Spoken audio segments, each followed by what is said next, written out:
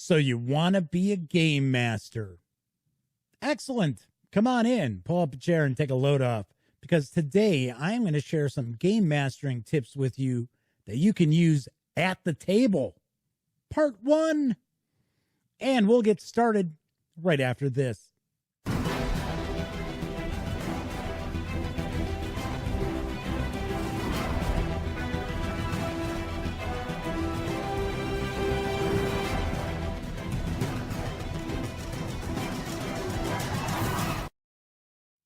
Howdy, howdy, howdy, gang. Welcome once again to the Duct Tape Studios.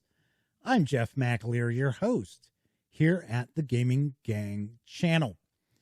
It's time for another episode of So You Wanna Be a Game Master? And we've talked about how to select the right role-playing game for you and your group, rolling up characters, some table etiquette advice as well. And today I'm going to share some thoughts about, well, more like some tips that I recommend using at the game table itself. I have a lot of these, so we're going to break this down into a few different videos. So this is part 1. So first, I do want to mention, if you're not familiar with myself or the Gaming Gang, I'm Jeff McAleer. I happen to have spent over 40 years playing and running role-playing games. In fact, I have run Call of Cthulhu for just about 40 years.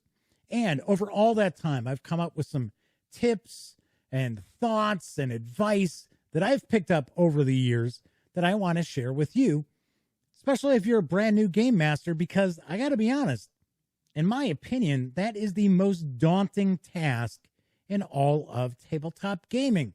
So the easier it is for you, the more fun you and your group will have at the table. So first off, let's talk about, we're at the table. We're getting into our first game session, or maybe you've already experienced a handful of game sessions. Let me give you a few tips for you to use. First off, always refer to the players by their characters' names. Now you might think to yourself, well, that's a little odd, isn't it? And for some people, it might be. But I have always found that the easiest way to get your players invested into their characters and what's going on in your game session is actually to refer to them by the character names. Now, what I mean by that is I don't expect you to be sitting there and calling Mary by her character's name. But what you want to do is you might want to ask Mary what Zuzu, the half-elf thief, is doing about that goblin sneaking up behind the mage. Or words to that effect. Always use the player characters' names. What is so-and-so going to do? How are so-and-so and so-and-so going to react? Always toss it out there.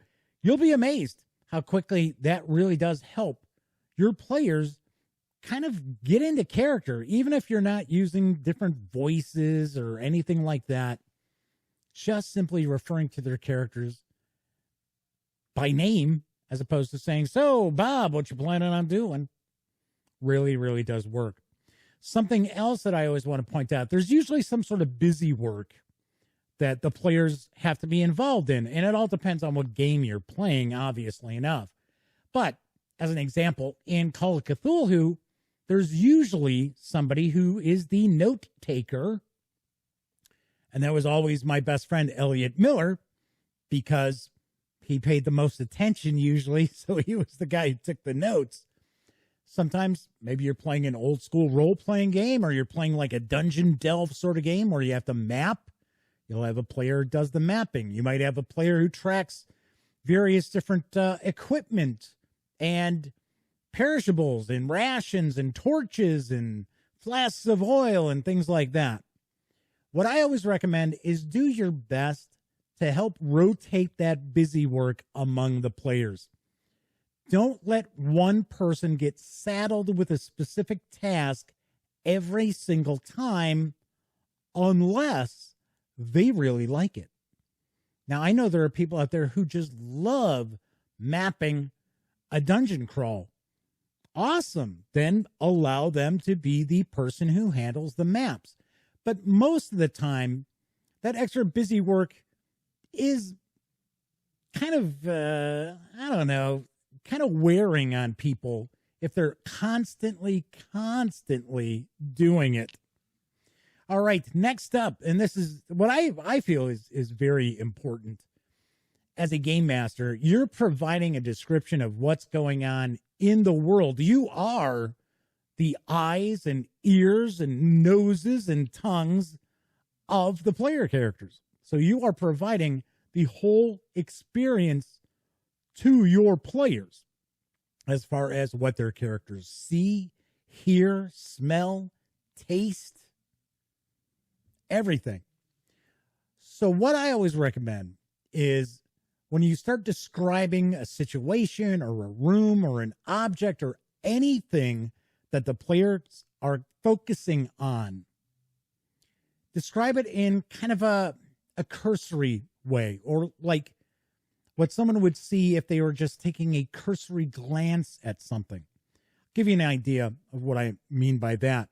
Let's say you're playing Dungeons and Dragons and your player characters are exploring a dungeon. Well, they break open a door and there's a room there. Well, they're looking into the room. Are you going to just give them an info dump on everything that's in that room? Especially considering maybe it's something that they wouldn't necessarily see from the doorway? I don't think so. So what I tend to do is I just provide a little bit of detail about what they see or hear or smell, what have you, and let them move forward with that. So example, say the party is entering into the room of the dungeon that they just tore the door down to. Well, I'll start telling them what else they happen to see in that room. And of course, what you're trying to do is you're trying to hit the major beats of what they'll find in that room. So if it's something that's actually going to occupy them, maybe it's a trap, or maybe it's, skeletons laying there, and maybe there's some treasure or gear available to them on those skeletons. Then as they get closer and they begin to investigate, then I just peel back another layer of that onion to show them what's going on. That's how I always have referred to role-playing games, even games that are not Call of Cthulhu, because Call of Cthulhu is referred to in its own rule book as the adventures, the stories are like an onion. You're peeling away one layer to learn something else, and oh my gosh, now you've learned something else, and you just keep getting deeper and deeper into that story. I do the same exact thing with locations and objects and people that my players encounter. And it really does help draw them in. Info dumps turn people off. If you just sat there and read through what they see in that room, maybe there's a fountain, some skeletons, there's a lot of cobwebs and dust, and it looks like there's spider webs in the far corner of the room, and on and on and on and on, the players aren't going to realize what should they be focusing on. So help them out. Give them a bit of a hand in that direction. I guarantee you, the less you tell them that draws them to ask questions or investigate or enter the room, makes for a lot more fun role-playing around the table. Next up, something else that I find to be very, very important is never hijack the player characters. Now, what I mean by this is never make decisions for the players or the player characters. Never assume that a player or player character is going to do something. And never tell the players what their characters think or feel. Unless you're talking about what they feel environmentally. It's, oh my gosh, the temperature has dropped 15 degrees as you cross over the threshold into this room, or, you know, what the weather is like and they're soaking wet. That's different. Never tell the players what their characters think and what they emotionally feel. I'll tell you, I've seen a lot of pre-published role-playing game adventures that drop the ball on this completely.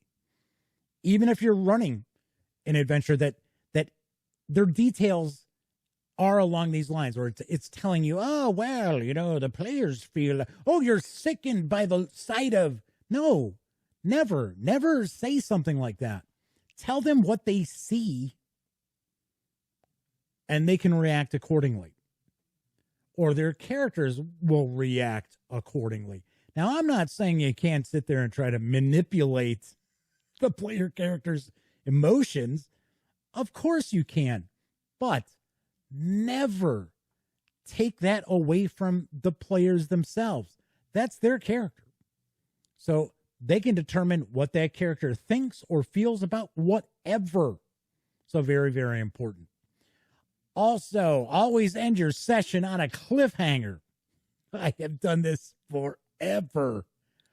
And my players love it, because now they're going to sit there and they're going to be mulling over, oh, what exactly are we going to do here? Oh, and it really prepares them for the next time you're going to play. They're really going to be amped up for the next time you play. If you just finish on kind of like a chapter end note, you may not find that your players are as pumped and excited to sit down and get around the table and jump right in to the adventure once again. It's super easy to end your sessions on a cliffhanger. If you have a set amount of time, say, I know some people only have maybe 3 or 4 hours to be able to play a role-playing game. As long as it's not a one-shot, you have a good feeling for where that cliffhanger would be.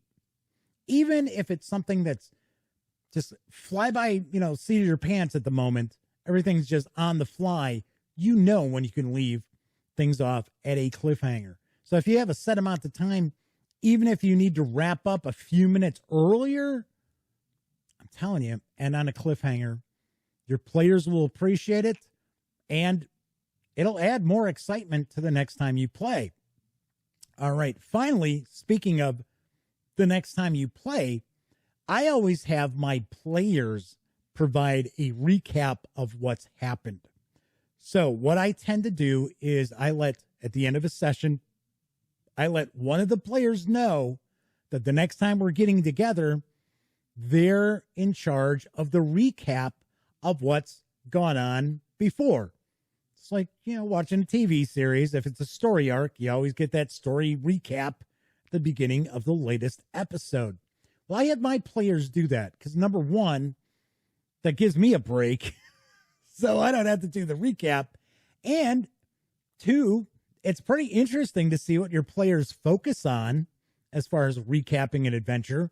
Don't be surprised if everything kind of comes from their point of view. And three, it keeps them engaged and it keeps them involved when you're not sitting there playing at the table. All right, so there you have just a few of my tips for game masters while sitting around the table. I've got way more, so we are going to discuss quite a few other thoughts about making your life easier or making the game more entertaining while at the table. Also, coming up, we're going to talk about NPCs in quite some depth over a few episodes as well. So, hopefully, you know, one or two of these tips helps you out and allows you to not only be a better game master, but to have more fun and have your players have more fun at your table as well. All right, that's it for this time out. I do want to mention, if you like this video, by all means, please give it a quick thumbs up. Subscribe to the Gaming Gang channel if you haven't already. And if you do subscribe, don't forget, ding that bell. Because not only will it let you know when I upload videos such as this, it'll also tell you when my live stream, the Gaming Gang Dispatch, airs Monday through Thursday nights right here on YouTube. So I bring you a first look or an unboxing or a page through as far as tabletop game releases, board games, card games, role-playing games. But I also bring you the latest in tabletop gaming news. And of course, when you're not watching videos on the Gaming Gang channel, be sure to visit thegaminggang.com for all latest in gaming news, reviews, and a whole lot more. You know the drill. Get your geek on at thegaminggang.com. Once again, I'm Jeff McAleer. Thank you so much for watching. And as I wrap up all my videos during this never-ending pandemic, I certainly hope all of you out there are being smart and staying safe.